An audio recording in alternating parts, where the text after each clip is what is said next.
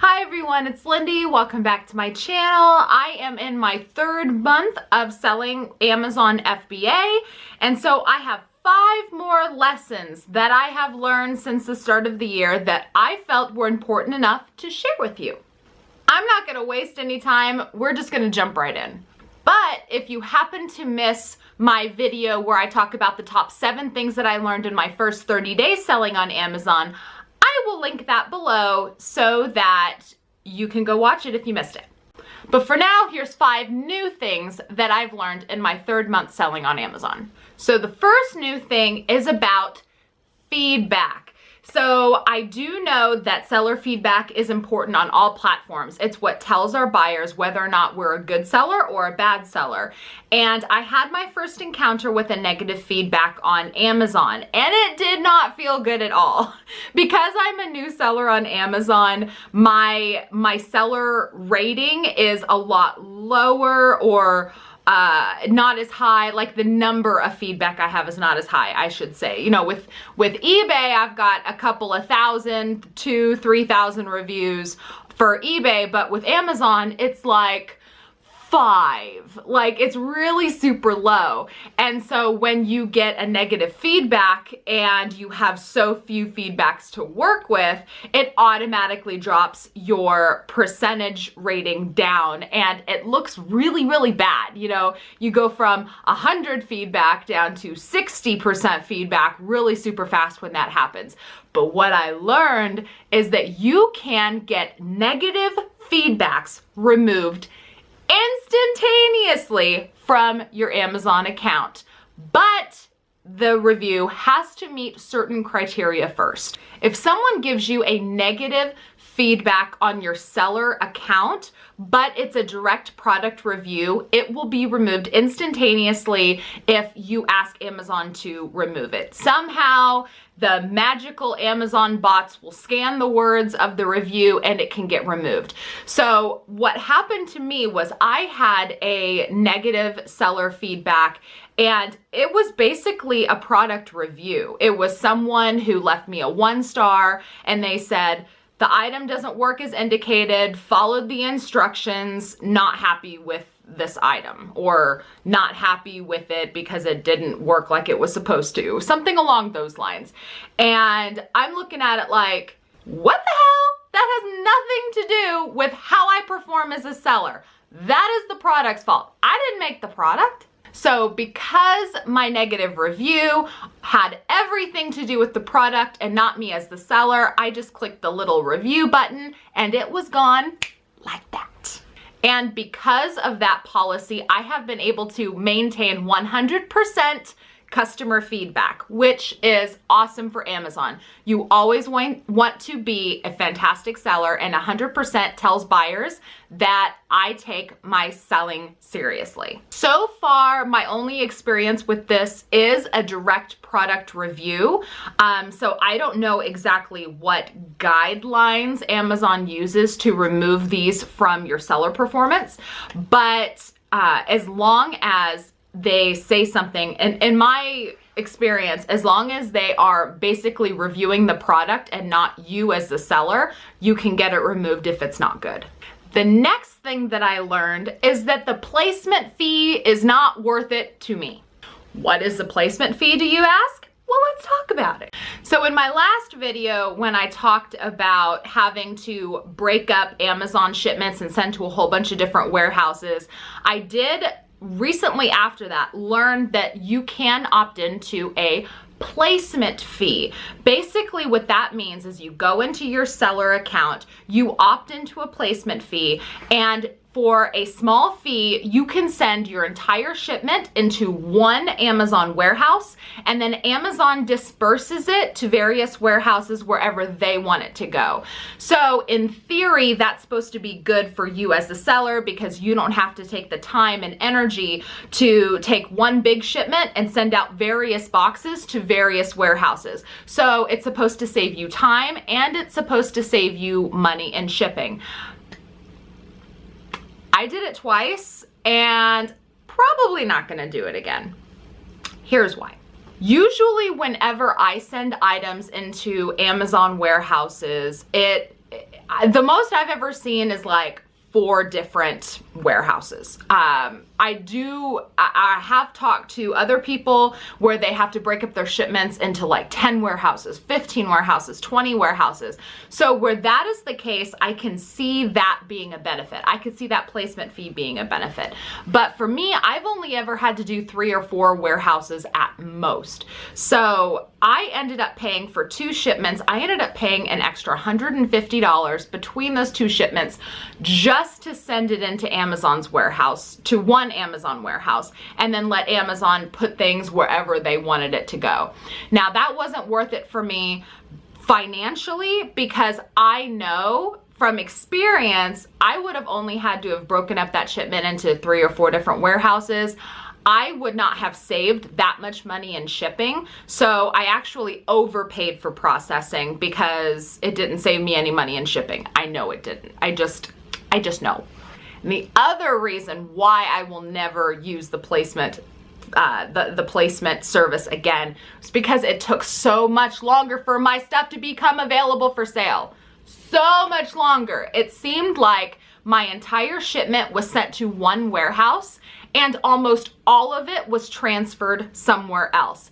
It took twice the time for my items to become available for sale, and I spent more money sending stuff in. So for those reasons, I will not do the placement program anymore. I will just suck it up and I will send it into 3 or 4 separate warehouses. It really doesn't take that much more time. It's just a little tedious and a little bit more of a headache. But to me, it's not worth paying all of that extra money. And I'm gonna have to sit around and wait for my stuff to get transferred again, and then I have to, I'm just not gonna do it again. But if I happen to get a shipment where it wants me to send to more than 5 warehouses, I will probably rethink it in that instance. But up to this point, I would rather just send the items direct to whatever warehouses they tell me to, so that my stuff can be available for sale much faster. Because that's the big thing with the placement service, is if you send all of your items into one warehouse, you're gonna have to wait for Amazon to transfer wherever it wants it to go, as opposed to sending it to those warehouses that Amazon wanted it to go to in the first place, and your items are listed for sale a lot faster. So placement service, not for me. I know other people that use it and they like it, but I really think that if you're going to sell Amazon FBA, you do have to try out these different things and see what works for you. And the placement service did not work for me. The third lesson that I learned is that IP complaints are a pain in the butt. IP complaints are intellectual property complaints. The real downside to IP complaints is that anyone can file one against you and they can result in your account getting suspended. And it's only after your account is suspended can a lot of these complaints be really dug further in depth to make sure that they are valid. So I did an entire video about that. I'll link it below, so I'm not going to go too far into depth with that because there's an entire video dedicated to that. But just know that IP complaints happen, they're a pain in the butt, and you can fight them. The fourth new lesson that I have learned is that if an item gets lost in the mail and the buyer doesn't receive it, you as the Amazon seller pay for it. That's right, I received a notification from Amazon that there was a refund initiated to a buyer just because they didn't receive the item. It has nothing to do with me, it has nothing to do with the item. It was just simply lost in the mail, so Amazon took the money out of my account and gave it back to the buyer. Didn't ask me, didn't specify any further action, just took the money. This one, I'm actually a little overly pissed about. I mean, it was only like a $15 item, and with the sales that I've been pulling in with Amazon, you know, $15 isn't make or break, but it is a little frustrating because it has nothing to do with me. I can understand refunding someone because they received the item and for some reason they were dissatisfied and they wanted to return it, but taking the money from me just because it was lost in the mail, That is what frustrates me because I have zero control over that. I am not the Postal Service. I am not UPS. I have no control over transit after it leaves Amazon's warehouse, but yet I'm the one punished and I have to pay the buyer back because the item was never received. Now that did happen a few weeks ago, so who knows, maybe Amazon will file something with UPS on my behalf. I don't know. They didn't tell me that they were going to do anything like that, so I guess the money is just gone. And all we can really do is hope that it doesn't happen that often, because that sucks. And the fifth and final thing that I have learned in my 3rd month selling on Amazon is that you kind of sort of don't want to compete with Amazon.com on a listing. I saved this one for last because I got the story for you. So prior to learning this little bit of knowledge where you kind of don't want to compete against Amazon.com on a product, I discovered a product. Not going to tell you what it is because it's kind of irrelevant. Just take the lesson, just take it. I stumbled across a product that I could buy for around $2 a piece, and it was selling for almost $13 on Amazon. And I was able to get a hold of like 80 or 90 of this item. And so I thought that it was going to be a really quick flip because at the current buy box, in the buy box, Amazon held the buy box. I didn't know that at the time. The current buy box price, which was what this item was selling at, was going to give me a $5 profit per item. And the rank was really good. The rank was crazy good. The rank was under 1,000. And so that meant in that category that that item was selling thousands of times a month. And there was a handful of sellers. And so I thought to myself, well, shoot, I can send in 90 of this item, which was all that I could acquire. I could send in 90. They'd probably be gone by the weekend and I'd make a quick $300 profit. That's not how it worked.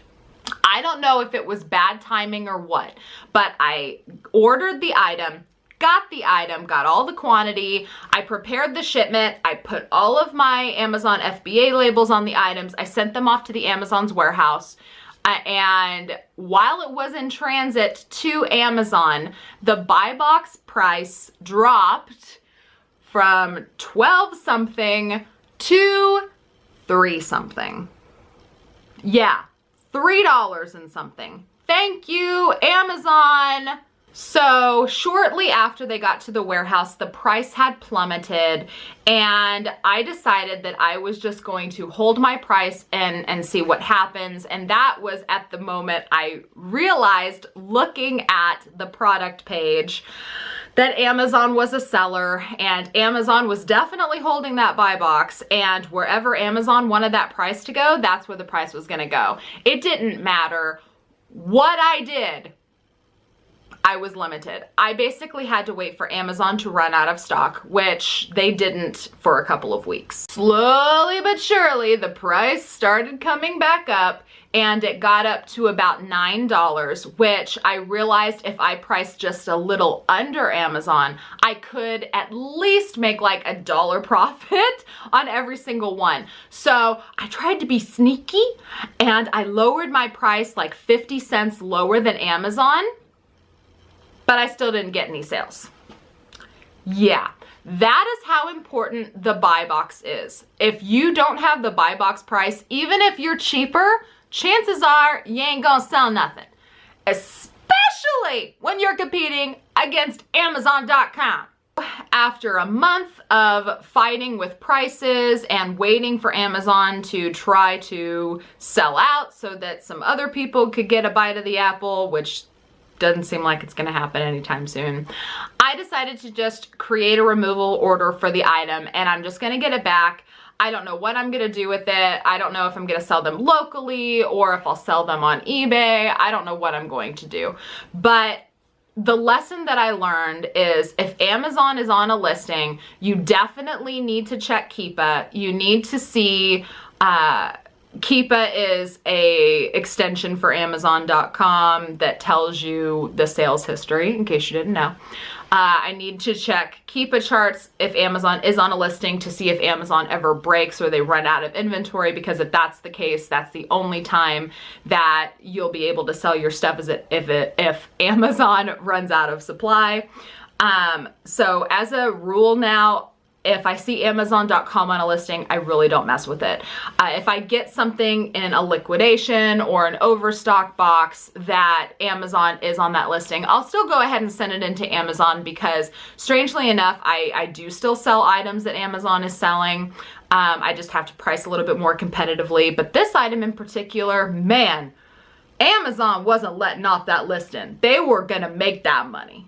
So if you see Amazon.com on a product page as a seller, just know that it's going to be a lot more competitive and your item might not sell as fast because you're competing with a big dog.